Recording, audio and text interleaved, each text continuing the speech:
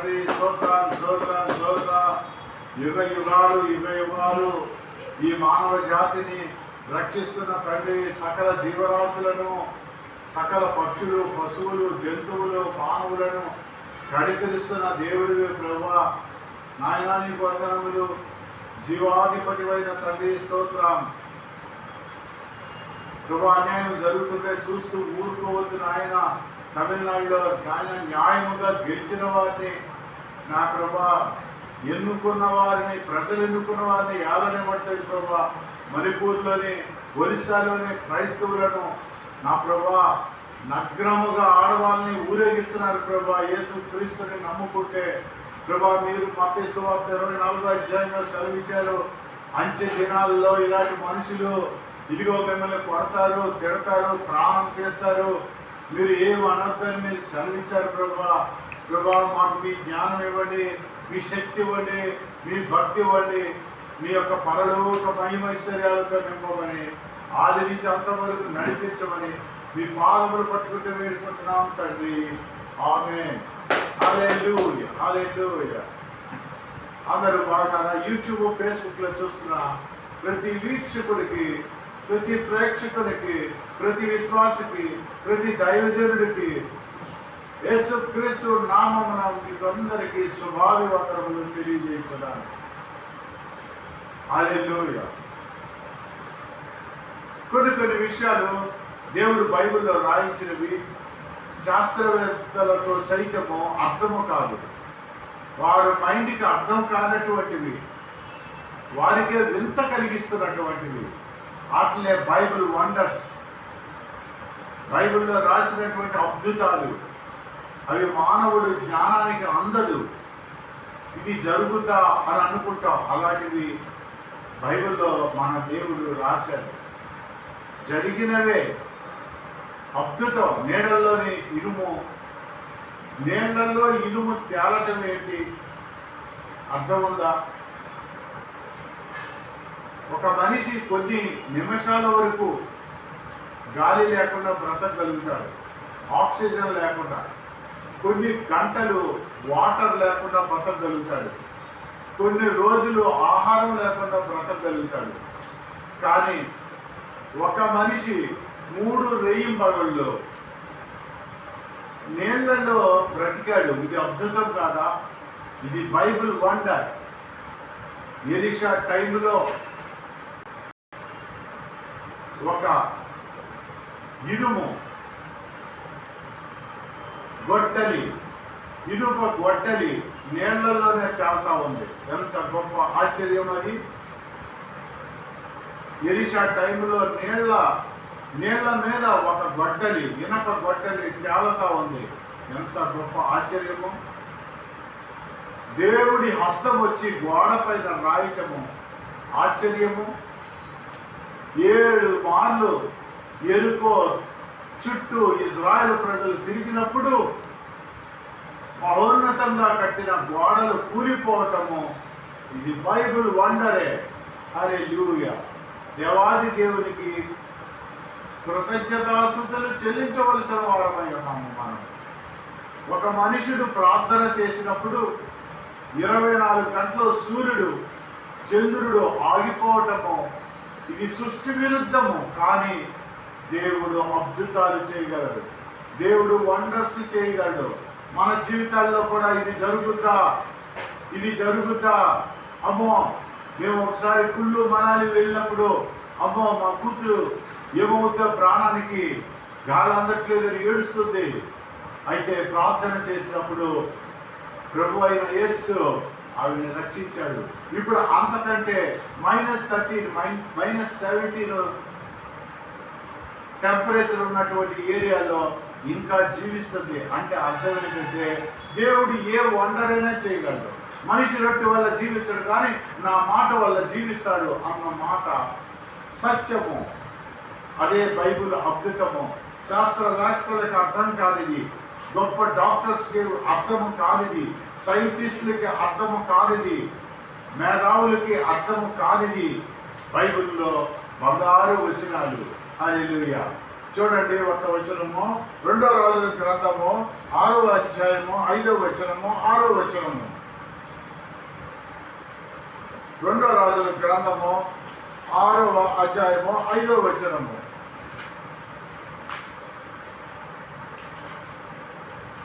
2 రాజుల గ్రంథము 6వ అధ్యాయము 5వ వచనము 6వ వచనము. ఒకడు దూలం నడుచున్నప్పుడు గొడ్డలి ఊడి నీటిలో పడిపోగా వాడు అయ్యో నా ఏలిన వాడా అది ఎరువు తెచ్చినదని మొదలుపెట్టాను కనుక ఆ దైవజనుడు అది ఎక్కడ పడినని అడిగాను. వాడు అతనికి ఆ స్థలమును చూపించగా అతడు కొంప ఒకటి నరికి నీళ్ళలో వేయగా గొడ్డలి తేలేను. గొడ్డలి నీళ్ళల్లో తేలిందంట. ఏమంటే ఇనుము నీళ్ళల్లో తేలుతా, ఇనుము నీళ్ళలో తేలుతా. యోనా నువ్వు తర్కీష్కి వెళ్ళమంటే అతను నినేవాకి వెళ్ళాడు, నినేవాకి వెళ్ళమంటే తర్కీష్కి వెళ్ళాడు. దేవుడు ఒకటి చెప్తే మానవుడు ఇంకోటి చేస్తున్నాడు. దేవుడు ధర్మశాస్త్రంలో ఒకటి చెప్తే నిన్ను వలె నీ పొరుగు వారిని ప్రేమించండి అని ఒకటి చెప్తే ఇంకోటి చేస్తా ఉన్నాడు. ఆదికాండం, సంఖ్యాకాండం, నిర్గమాకాండం, లేవియాకాండం, ద్వితీయోపదేశకాండం, ఈ 5 కాండాలని ధర్మశాస్త్రం అంటారు. ఈ 5 కాండాలు నేను చదవలేనండి, నాకు ఒక్క అధ్యాయంలో చదవాలంటే ధర్మశాస్త్రం ఎలా అర్థం అవుతుందంటే 119వ కీర్తన చదువుకోండి అని దేవుడు సెలవిస్తా ఉన్నాడు. అయ్యో బైబిల్ మొత్తంలో 119వ కీర్తన చాలా పెద్ద అధ్యాయం అండి, నేనేం చదవలేను, బైబిల్ ధర్మశాస్త్రం అంతా ఒక్క మాటలో చెప్పండి, నేను దాని ప్రకారం జీవిస్తాను అంటే దేవుడు చెప్తున్నాడు. నిన్ను వలె నీ పొరుగు వారిని ప్రేమించుము అని సెలవిస్తా ఉన్నాడు. ఎంతకాలము నాకు నా భార్య, నా పిల్లలు, నా కుటుంబమే, ఎదుటివాడి గురించి ఆలోచన చేసే మనుషులు లేరు. నేను నా ప్రొఫెషన్లో 50 కోట్లు 100 కోట్లు దీన్ని సంపాదించాలంటే 4-5 అబద్ధాలు ఆడితే చాలు, ఎప్పుడో సంపాదించేవాడిని. కానీ దేవుడి మాటకి లోబడి చాటకాని వాడుగా ఉన్నాను. దేవుడు చూస్తా ఉన్నాడు. God will see everything. దేవుని పిల్లలు ఎవరైనా అంటే ఆయన కడుపుట్టును ముట్టినట్టే అని సెలవిచ్చాడు. నీకు వ్యతిరేకంగా రూపొందించబడి 5 వర్తెల్లదు అని సెలవిస్తా ఉన్నాడు. హల్లెలూయా. శాస్త్రవేత్తలకు అర్థం కావట్లా, మేధావులకు అర్థం కావట్లా, డాక్టర్స్కి అర్థం కావట్లా. ఒక జంతువు మానవ రూపంలో మాట్లాడటం ఏంటి, ఈ గొడ్డలు ఏంటి, చెట్టును కొడతా ఉంటే అది నీళ్ళల్లో నానటం ఏంటి, నీళ్ళల్లో తేలటం ఏంటి, నీటిని ద్రాక్షరసంగా మార్చిన, నీటిలో నడిచిన దేవుడు, నీటిని ద్రాక్షరసంగా మార్చిన మన దేవుడు, నేను ద్రాక్షావల్లిని మీరు తీగలని చలవించిన మన దేవుడు, ఆశ్చర్య కార్యములు చేయి దేవుడు, అద్భుత కార్యములు చేయి దేవుడు. చూడండి సంఖ్యాకాండము 22వ అధ్యాయం 28వ వచనం. సంఖ్యాకాండం 22వ అధ్యాయం 28వ వచనం. ఒక జంతువు మనిషిలా మాట్లాడటం ఏంటి, ఇది బైబిల్లో ఎంత గొప్ప అద్భుతము. సంఖ్యాకాండం 22వ అధ్యాయం 28 నుంచి 30 వరకు. అప్పుడు యెహోవా ఆ గాడిదకు వాక్కునిచ్చిన గనుక అది అప్పుడు యెహోవా ఆ గాడిదకు వాక్కు ఇచ్చిన కనుక, గాడిద మానవుల్లా మాట్లాడటానికి దేవుడు వాక్కు ఇచ్చాడంట. నీవు నన్ను ముమ్మారు కొట్టితివి. గాడిద అంటుంది బిలాముతో, బిలాము నన్ను ముమ్మారు 3 సార్లు కొట్టావు నువ్వు. గాడిద మాట్లాడుతుంటే బిలాము ఆశ్చర్యపోతా ఉన్నాడు.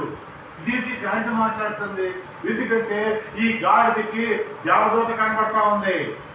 అక్కడ ఎదురుగా దేవదూత కనబడుతుంది, బిలాము దేవదూతను చూడలేకపోతా ఉన్నాడు. అప్పుడు యెహోవా ఆ గాడిదకు వాక్యనిచ్చిన కనుక అది నీవు నన్ను ముమ్మారు కొట్టితివి, నేను నిన్నేమి చేసినని బిలాముతో అనగా, బిలాము నీవు నా మీద తిరగబడితివి, నా చేత ఖడ్గమున్న ఎడల నిన్ను చంపియుదునని ఆ గాడిదతో అనెను. అందుకు ఆ గాడిద, నేను నీ దాననై మొదలుకొని నేటి వరకు నీవు ఎక్కుతూ వచ్చిన నీ గాడిదను కానా, నేను ఎప్పుడైనా నీకు ఇట్లు చేయను కద్దా అని బిలాముతో అనగా, బిలాము లేదనెను.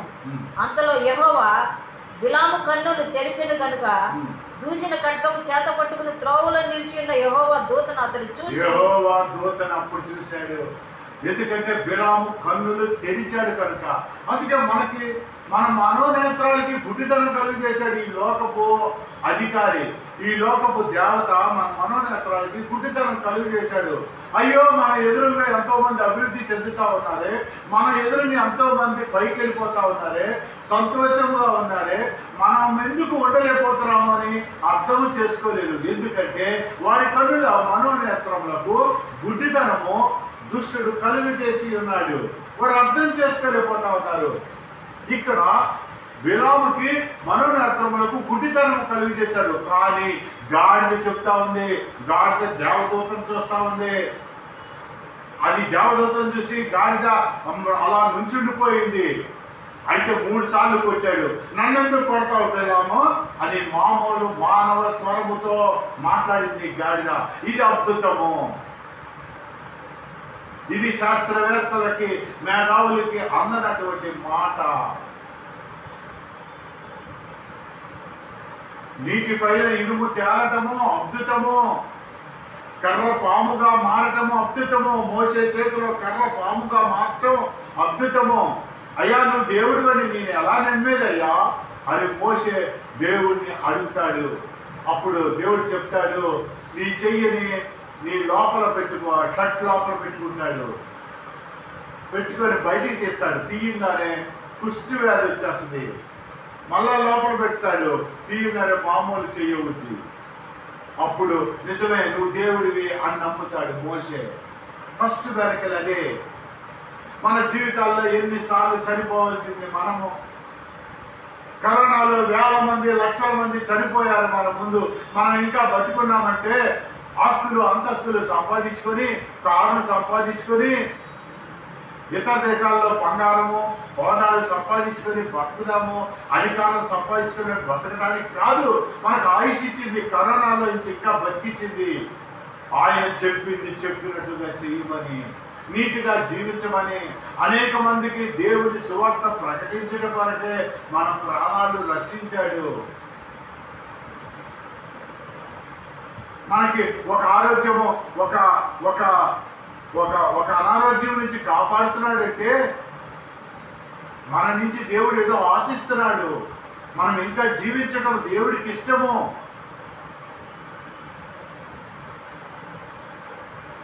గాడిద మానవ స్వరముతో మాట్లాడటం అద్భుతము కాదా? నీళ్లలో గొడ్డలి తేలటం అద్భుతము కాదా? ఇంకా చూడండి,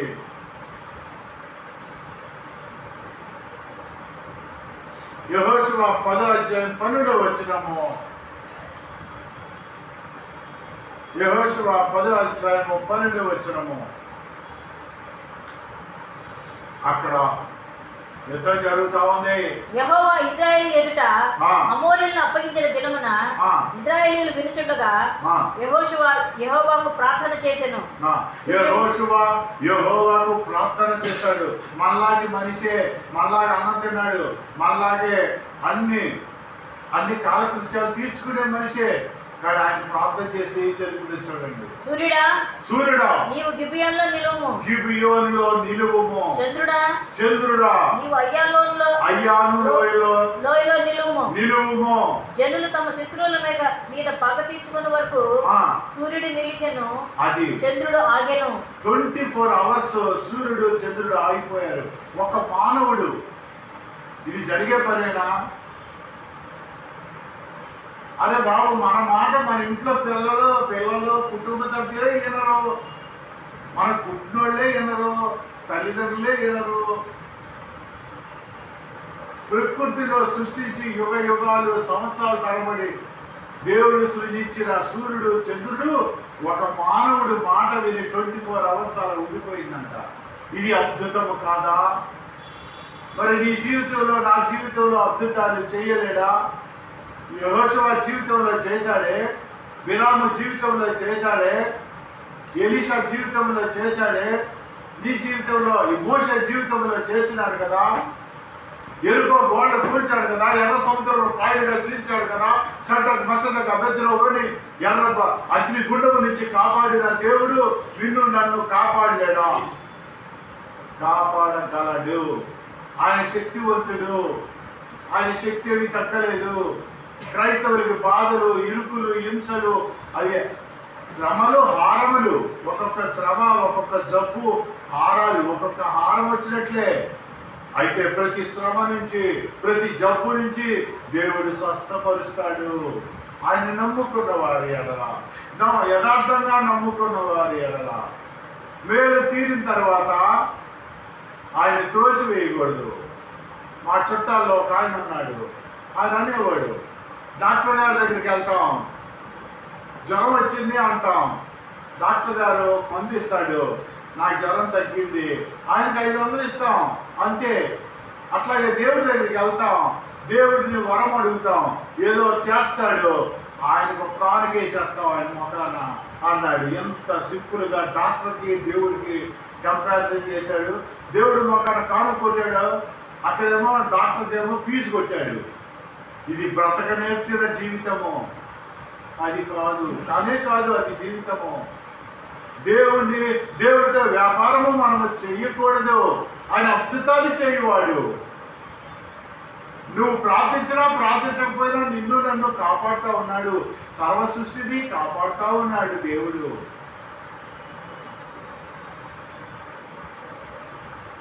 హల్లెలూయా. నీ డబ్బు లేదు, నాకు అక్కర్లేదు, నువ్వు లంచాలు తీసుకొచ్చి నువ్వు నాకు ఇచ్చే కానుకలు అక్కర్లేదు. భూమి అందులో ఉన్న సమస్తముని యెహోవాయే, జలముల పైన భూమికి పునాది వేసిన వాడు యెహోవాయే, శూన్యములో భూమిని నిరాకారముగా ఎలాడు తీసిన వాడు యెహోవాయే. ఇదంతా ఆయనే. ఈ బంగారము, ఈ మనుషులు, ఈ చేపలు, ఈ కొండలు, ఇవన్నీ దేవుడివే. మనం అనుకుంటుంటాం మనకు కొద్దిగా ఒక ఇల్లు, 2 ఇల్లునే చదివి మనం గొప్ప చెప్పుకుంటుంటాం. మనం ఏమీ కాము. ఒక పంపు కింద ఒక బకెట్ పెట్టి ట్యాప్ ఓపెన్ చేసినప్పుడు నీళ్లు పడతా ఉంటాయి. నీళ్లు పడుతున్నప్పుడు చాలా బుడగలు వచ్చి బుడగలు కూడా వస్తూ ఉంటాయి. ఎందుకంటే ఆ బుడగ ఎంతసేపు ఉంటుంది? మానవ జీవితం అంతసేపు ఉంటుంది. ఇలా కనబడి అలా మాయమైపోయే మానవ జీవితము రేపు దాకా ఉంటామో లేదో నమ్మకం లేని జీవితాలు మానవ జీవితాలు. అలాంటి దానికి ప్రాకులాట సంపాదించుకుందాం. నా కులం పెద్దది, నేను డబ్బు గలవాడిని, నేను అందంగా ఉంటాను, నేను అధికారులై ఉన్నాను. దేవుడు చెప్తున్నాడు, ప్రియ విశ్వాసి, ప్రియ సహోదరుడా, నేను సర్వశక్తి గల దేవుడేను, నాకు అసాధ్యమైంది ఏదైనా ఉన్నదా? మీరు నా దగ్గరికి రండి, నేను మీకు విశ్రాంతి కలుగు చేస్తా. యెషయా 60:26-1-2. నాకు మనశ్శాంతి లేదండి, నాకు డబ్బు ఉందండి, ఆస్తి ఉందండి, అంతస్తు ఉందండి, అధికారం ఉందండి, కానీ మనశ్శాంతి లేదండి, సమాధానం లేదండి, ఇంట్లో ఎప్పుడు కొట్టుకోవడమేనండి, ఎప్పుడు తిట్టుకోవడమేనండి. యెషయా 26:1-2. ఎవరింట్లో సమాధానం ఉంటుంది?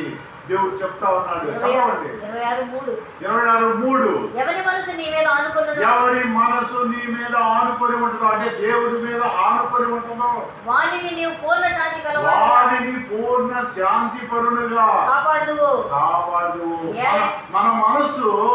మన మనసు ఆయన మీద ఆనుకొని ఉంటే మనకి సమాధానం అంట. ఇంకా ఇంట్లో అంతా సమాధానమే. మన మనసు ఆయన మీద ఆనుకోకుండా డబ్బు మీద, బంగారం మీద, అధికారం మీద, వాటి మీద ఆనుకొని ఉంటే సమాధానం ఎక్కడి నుంచి వస్తుంది? సమాధానకైన కర్త యేసుక్రీస్తు ప్రభువుల వారు. మళ్ళా చదవండి. ఎవరి మనసు నీ మీద ఆనుకొనునో వానిని నీవు పూర్ణ శాంతి కలవానిగా కాపాడుదువు. పూర్ణ శాంతి పూర్ణుడిగా చేయగలవు. ఏలయనగా అతడు నీ యందు విశ్వాసం ఉంచి ఉన్నాడు. అది లెక్క. అతడు నీ యందు విశ్వాసం ఉంచి ఉన్నాడు. హల్లెలూయా. ఇంకొకటి చూద్దాం, చూడండి. యోనా 1:17. యోనా 1:17.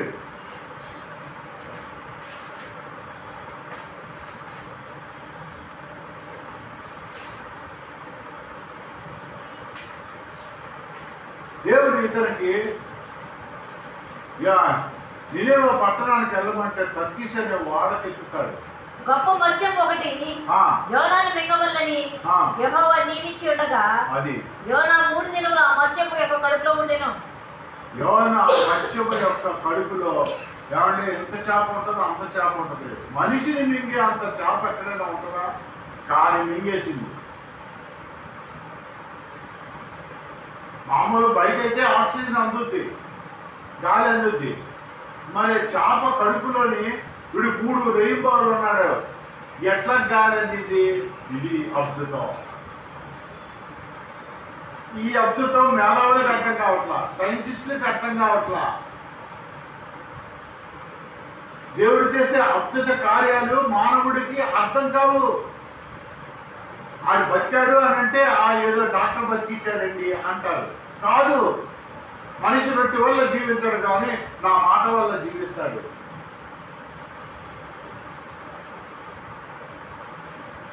మూడు రెయ్యింబాళ్ళు యోనా చేప కడుపులో ఉన్నాడట, త్రిమింగలం కడుపులో ఉన్నాడట.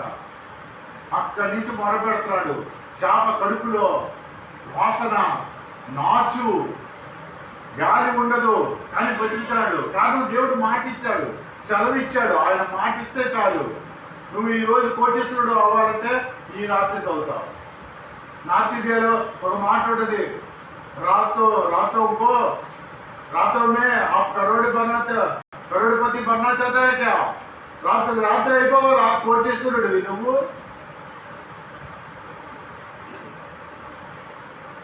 ఒక్క రాత్రికి మరి ఆ మాటలు దేవుడికి తెలుసు. एक दिन में करोड़पति बनना चाहते हैं क्या? ఒక్క రోజులో దేవుడు కోటేశ్వరుడు అవ్వాలనుకుంటావా?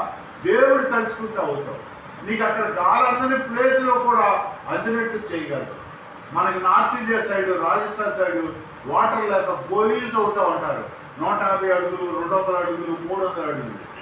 చిన్న పిల్లలు ఆడుకుంటూ పడిపోతూ ఉంటారు ఆ గొయ్యి తవ్విన వాళ్ళు పిల్లలు. రాష్ట్రపతి ఒకసారి పట్టించుకొని ఆ పిల్లడు లోపల ఉన్నాడంట, చూడండి అని అంటే గొయ్యిలు తవ్వారు. అటేపు నుంచి మిలిటరీ వాళ్ళు తవ్వి 150 కిలోమీటర్ల కిందకి వెళ్ళి ఆ పిల్లడు బతికే ఉన్నాడు. అది స్రో తప్పి పడిపోయి ఉన్నాడు, కానీ బతికే ఉన్నాడు. వాడికి సెలవులు ఎక్కించాడు. కారణం దేవుడికి సెలవిచ్చాడు. మనిషి రొట్టె వల్ల జీవించడు, కానీ నా మాట వల్ల జీవిస్తాడు. యోనాని ఒక ఊరు వెళ్ళమంటే ఇంకో ఊరు వెళ్ళాడు. అందుకనే దేవుడు సెలవిచ్చి దేవుడు ఆజ్ఞ ఇచ్చాడు. మా చేప కడుపులో కూడి తినాలన్నాడు. అద్భుతం కాదా? 24 అవర్స్ సూర్యుడు చంద్రుడు అట్లా ఉండిపోయారు. అద్భుతం కాదా? అందుకే మనకి చాలా మందికి తెలియదు. రోజంటే 24 అవర్స్ అనుకుంటారు, కానే కాదు. రోజంటే 24 అవర్స్ కాదది. రోజంటే 23 గంటల 58 నిమిషాలకే సూర్యుడు ఉదయించడం, అస్తమించడం అలా జరుగుతూ ఉంటుంది. కారణం ఆ 2 నిమిషాలు తేడా వస్తుంది. ఫస్ట్లో బైబిల్ మొత్తంలో 2 తేడా జరిగినాయి. ఆ యెహోషువ చేసిన ప్రార్థనకు 1 డే తేడా వచ్చింది. తరువాత మెట్లు గడియారపు ముళ్ళు, పాత నిబంధనలో గడియారపు ముళ్ళు ఆ నీడ పడినప్పుడు అక్కడ కూడా తేడా వచ్చింది. కొన్ని సెకండ్లు, కొన్ని సంవత్సరాలు అయ్యేసరికి అది రోజుల కింద, సంవత్సరాల కింద మారిపోతుంది. అందుకే యేసు ప్రభు పుట్టినప్పుడు జూలియస్ సీజరు, అలెగ్జాండరు, యేసు ప్రభు వీళ్ళు ముగ్గురులో ఎవరిని కొలమానంగా తీసుకుందామని చరిత్రకారులు చూసినప్పుడు యేసుక్రీస్తుని కొలమానంగా తీసుకున్నారు. అందుకే క్రీస్తు శకము, క్రీస్తు పూర్వము అని కొలమానంగా తీసుకున్నారు. కాలానికి కొలమానము యేసుక్రీస్తు బర్త్డే. అది 4 సంవత్సరాలు తేడా పడింది. కారణం ఈ యెహోషువ 1 డే తేడా వచ్చింది. అందుకే ఇప్పటికొచ్చి కూడా 23 hours 58 seconds 58 minutes అలా ఉంటుంది. కరెక్ట్ 24 hours రాదు. కానీ సంవత్సరానికి 2 రోజులు మట్టుకు 24 hours కరెక్ట్గా, అంటే 12 గంటలు రాత్రి 12 గంటలు పగలు వస్తుంది. దాంట్లో ఒక సపరేట్ టెక్నికల్ టర్మ్ ఉంది. దేవుడు ఇంత సైన్స్ని, ఇంత జ్ఞానము కలిగిన వాడు, ఇంత అద్భుతాలు చేసే దేవుడు. మానవ జ్ఞానానికి అర్థము కాదు, మానవ మేధస్సుకి అర్థం కాదు, శాస్త్రవేత్తలకి మేధావులకి అర్థం కాదు, డాక్టర్స్కి అర్థము కాదు. ఆయన మాట ఇచ్చాడంటే నెరవేరుస్తాడు. ఆయన మాట ఇచ్చి దెప్పడు. మనం 1 లక్ష రూపాయలు ఇచ్చి నేను 1,00,000 ఇచ్చానని చెప్తాం. ఆయన దెప్పడు, తిరిగి అడగడు. దేవుడు గొప్ప దేవుడు, ఆశ్చర్యకరుడు, అద్భుతాలు చేయ దేవుడు. హల్లెలూయా. కనుక మన దేవుడు అద్భుతాలు చేసే దేవుడు. గొడ్డలి నీటిపైన తేలినట్లు చేశాడు. ఏమండి, సంఖ్యాకాలంలో గాడిద మాట్లాడినట్లు చేశాడు. యెహోషువ టైంలో సూర్యచంద్రుడు ఒకరోజు ఆగినట్లు చేశాడు. చేప కడుపులో మీరు మర్చిపోక 4-5 చెప్పా. బైబిల్ అంతా అద్భుతాలే. ఎందుకంటే అది దేవుడు రాసింది. మన దేవుడు ఆశ్చర్య కార్యములు చేయడు. స్టంట్ వేసిన వాళ్ళు 8 సంవత్సరాలే గ్యారెంటీ. 13వ ఏడు వచ్చేసింది నాకు స్టంట్ వేసి. దేవుడు కృపను బట్టి జీవిస్తూ ఉన్నాం, బ్రతుకుతూ ఉన్నాం. ఆశ్చర్య కార్యాలు చేసే దేవుడు. ఆయన మాటిస్తే 8 సంవత్సరాలైనా బ్రతుకుతాం. బ్రతికిదే ఆయన పని చేయడం వరకే. హల్లెలూయా. మహోన్నతుడా, సర్వోన్నతుడా, నా ప్రాణప్రియుడా, మీకు వందనములయ్యా. ఇక్కడ సైంటిస్టులకి, మేధావులకి, డాక్టర్స్కి అర్థం కాదయ్యా. మీ చేతి పనులు, మీ ఆలోచనలు ఈ మానవులకు అర్థం కాదు ప్రభా. నాయన, మీ బైబిల్లో మీరు చూపించినటువంటి నాయన అవన్నీ చూసినప్పుడు ఆశ్చర్యములు కలిగిస్తుంది ప్రభా. మా జీవితాల్లో అద్భుతాలు చేయమని యెహోషువ జీవితంలో చేశారు ప్రభా, యోనా జీవితంలో చేశారు ప్రభా. ప్రభా యెహోషువ ఇదిగో ప్రభా ఎలీషా జీవితంలో చేశారు ప్రభా, మోషే జీవితంలో చేశారు ప్రభా. మా జీవితాల్లో కూడా అద్భుతాలు, ఆశ్చర్య కార్యములు చేయమని యేసుక్రీస్తు నామములో అడుగుతున్నాం తండ్రి. ఆమేన్.